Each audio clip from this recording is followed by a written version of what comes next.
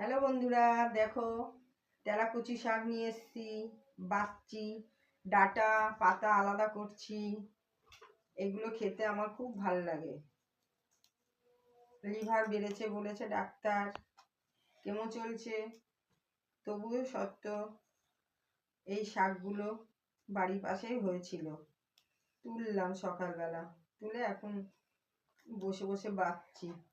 পাতা ডাটা আলাদা করছি, এই পাতাগুলো আলাদা করছি।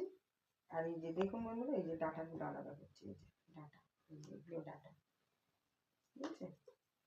এগুলো আলু দিয়ে খেতে খুব ভালো লাগে।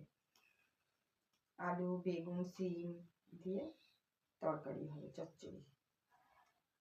তেল কম দিয়ে করি, কেন তেল খাওয়া বারণ, ডাক্তার না করেছে। এই যে দেখুন কত পাতা, দেখা বাবা, দেখা বন্ধুদের কত পাতা।